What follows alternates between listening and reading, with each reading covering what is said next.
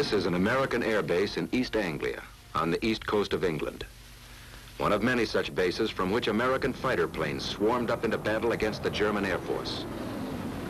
Planes known as the P-47, the Thunderbolt, a fast, tough, high-altitude fighter with a dive like its name and an 8-gun blast in its wings.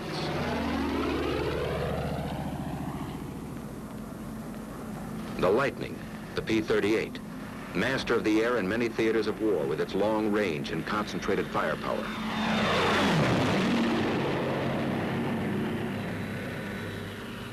The Mustang, the P-51, longest range fighter in the world.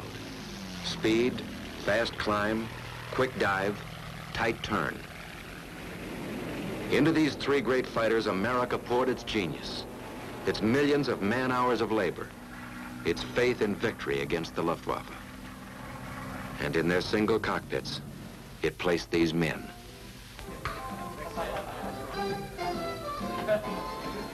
Relaxing now, but not for long. At headquarters, 8th Air Force, General Doolittle is discussing fighter protection. The 8th Fighter Command will give fighter cover to targets and back from the targets. It's desirable that we peel off as many fighters as possible to come down east of the Ruhr and strafe ground targets. The bomber plan, timing, altitudes, strength, course, and targets reached the Combat Operations Room at Headquarters, 8th Fighter Command, Major General Kepner commanding. A field order goes out. 62nd Group P-47s will escort heavy bombers over enemy coast through target to limit of endurance. The machinery is set in motion. Now comes the briefing for the mission, and everybody present. These Thunderbolt pilots are veterans of many missions, so the colonel gives them only the essentials. They are to escort the bombers to a target about 40 miles east of Mannheim, and then proceed to the strafing of aerodromes north of Frankfurt. They're given times of takeoff, rendezvous, escort, strafing. The pilots make notes on the backs or palms of their left hands. Intelligence warns them that they may expect considerable enemy opposition today. The Germans have brought in some 100 single-engine fighters. On the field, planes warm up. It's takeoff time for the Thunderbolts.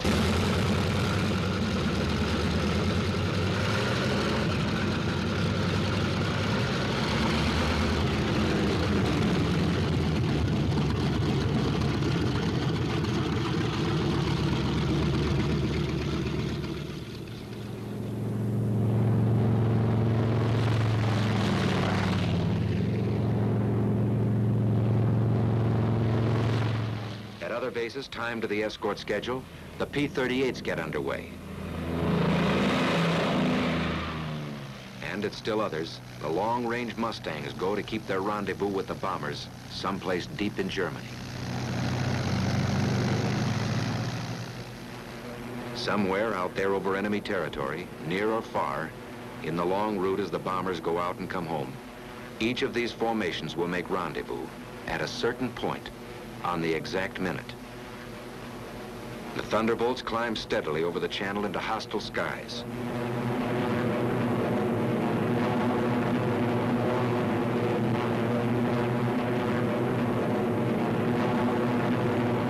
Close to rendezvous. And in the distance are the bombers. Advanced formations of an armada perhaps 100 miles long. The Thunderbolts maneuver for their escort position. Each pilot searches the sky, constantly watching for the main enemy attack, which may come near the coast or deep in Germany, or hit-and-run sneak attacks by the enemy's aerial snipers.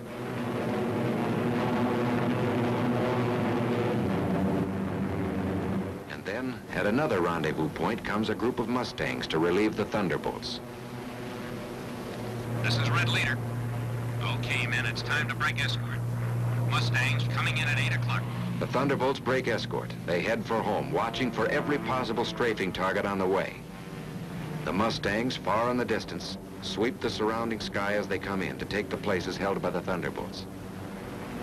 One of the most important features of long-range fighter escort is this relay system. Because of the differences in bomber speeds and the need of much weaving, fighters used up their gas.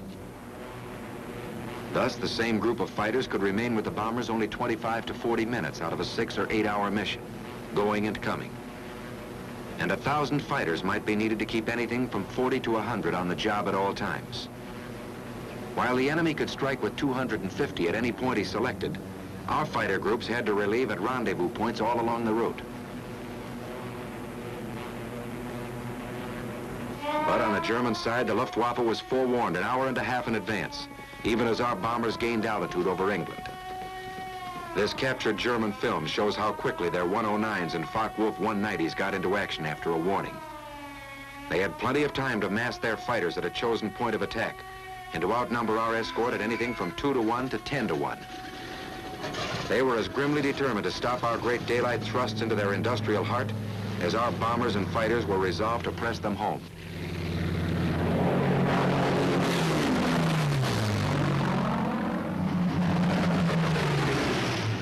Meanwhile, deep in Germany, the group of escorting Mustangs watches every corner of the sky, weaving ahead, above, below, and all around the bombers like a screen of destroyers protecting the main fleet. They don't have long to wait for another rendezvous, this time with the enemy. Blue leader here. Watch it, fellows. 109's at 10 o'clock. They get rid of their long-range wing tanks before the fight. Then down they go for the kill.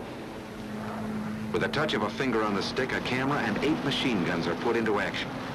Small cameras set on the wings make the record. Too often poor pictures due to gun vibration. But they let you see what happens in the instant of action, as the pilot sees it. The enemy fighters are massing for an attack on our bombers, while our pilots watch every move of their varied tactics. Yellow leader to blue flight. Looks like they're trying to lead us away from the bombers. Green leader here. You're right. Here comes another, 9 o'clock. The Jerrys make a sneak attack on our bombers from behind. Gun camera film, captured from the enemy, reveals how they hammer our bombers with their 22 millimeters.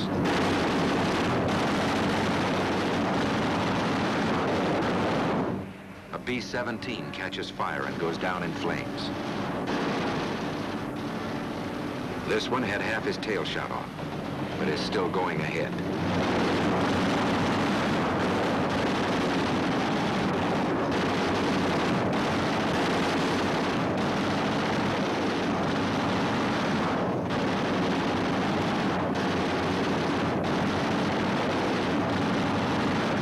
We lose another, but they can't stop us. Our fighters, often heavily outnumbered, engage the enemy all over the sky. And this battle is only one of many. Day after day, month after month. Mustangs, Thunderbolts, Lightnings, against the enemy 109s and the Focke-Wulf 190s. Our fighters attack, attack, attack, 2 into 10, 6 into 50. They block the enemy's mass assaults until our victory column soars at the rate of 4 to 1. If a missed rendezvous or other misadventure, due usually to blinding weather, prevented fighter protection somewhere, the bombers suffered heavy losses. But no American fighter ever failed them because of enemy odds, however great. Never was a mission turned back by enemy action.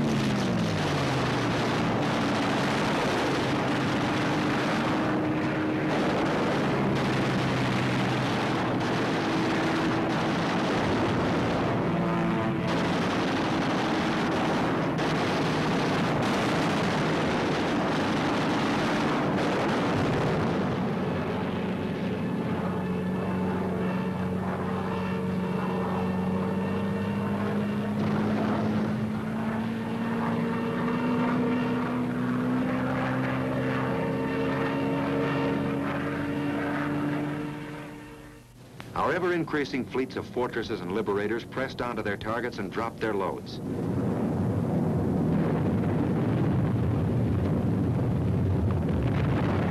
And the day arrived when a huge 8th Air Force bomber mission with full fighter escort was flown to Berlin and back without a challenge by a single enemy fighter.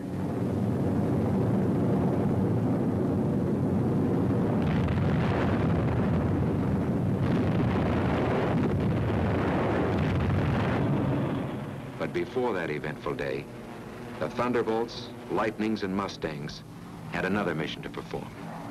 Our bomber and fighter losses were strikingly less than the enemy's. But the home front sent us more bombers and fighters and more well-trained pilots, and our fleets grew mightier by the month. However, the enemy's first-line operational strength was maintained also. The great air battle of Europe was still undecided. In February 1944, there was a sudden change. Our fighters were ordered to range wider, to seek the enemy in the air and on the ground instead of waiting for him. And above all, to follow him to his destruction. A gigantic fighter battle raged across the European skies with victories by our fighters alone of 60, 85, over 100 destroyed each day. The fight came down from almost invisible heights to the final decision, perhaps only a few feet above the ground. Enemy warplanes of every kind and in fantastic numbers were splashed all over the landscape of northwestern Germany and occupied Holland, Belgium, France. This was a crucial battle. Both sides were aware of the coming events with air domination itself at stake. Once again, a better cause, better planning and leadership, better equipment, and beyond everything else, the valor of our fighter pilots gave us victory. Only this time, it was decisive. So many of the enemy's aircraft exploded over his own forest and housetops, or were driven flaming wrecks into the ground. So many of his famous fighter leaders met death at the hands of our pilots that his morale was shattered. His defense plan was smashed.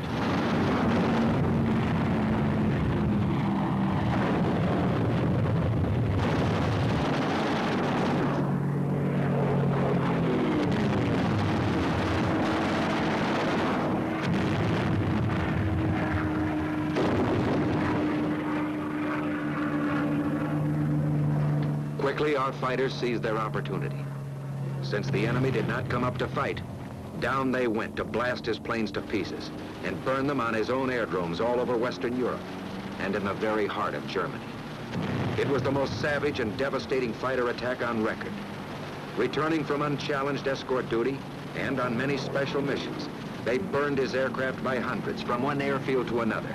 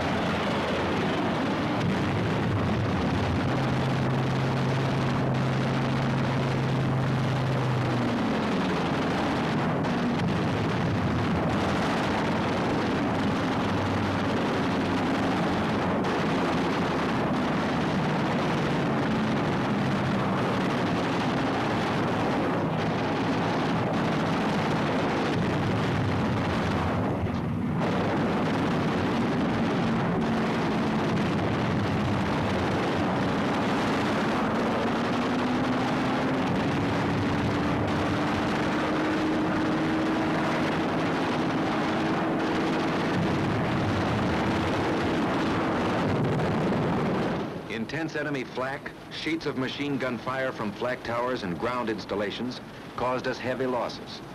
4 times as many as the same number of fighters would sustain in aerial combat.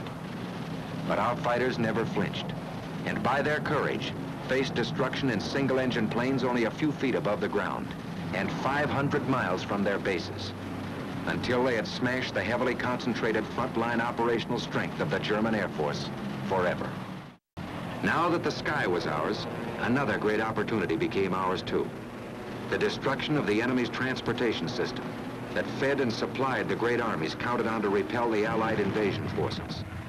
The enemy's roads and railroads were struck with the mighty force of air power. These were tense days, crucial days, and both sides knew it. Our fighters, freed by their bitterly won victory in the air, became a dominant factor on the ground. They exploded locomotives by the thousands and burned freight cars in uncounted numbers.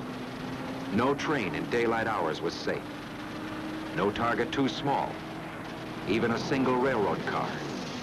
No marshalling yard a haven. The enemy's desperately needed rail transport system was shattered all over the map.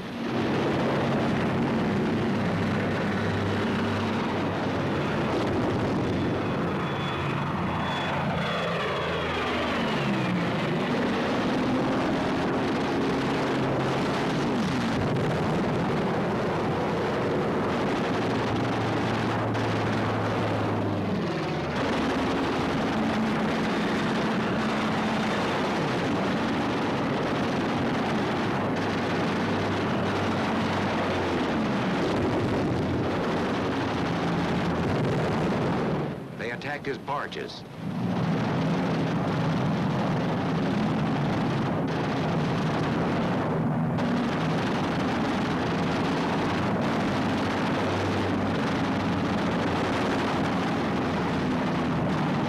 His oil tanks. Flak towers.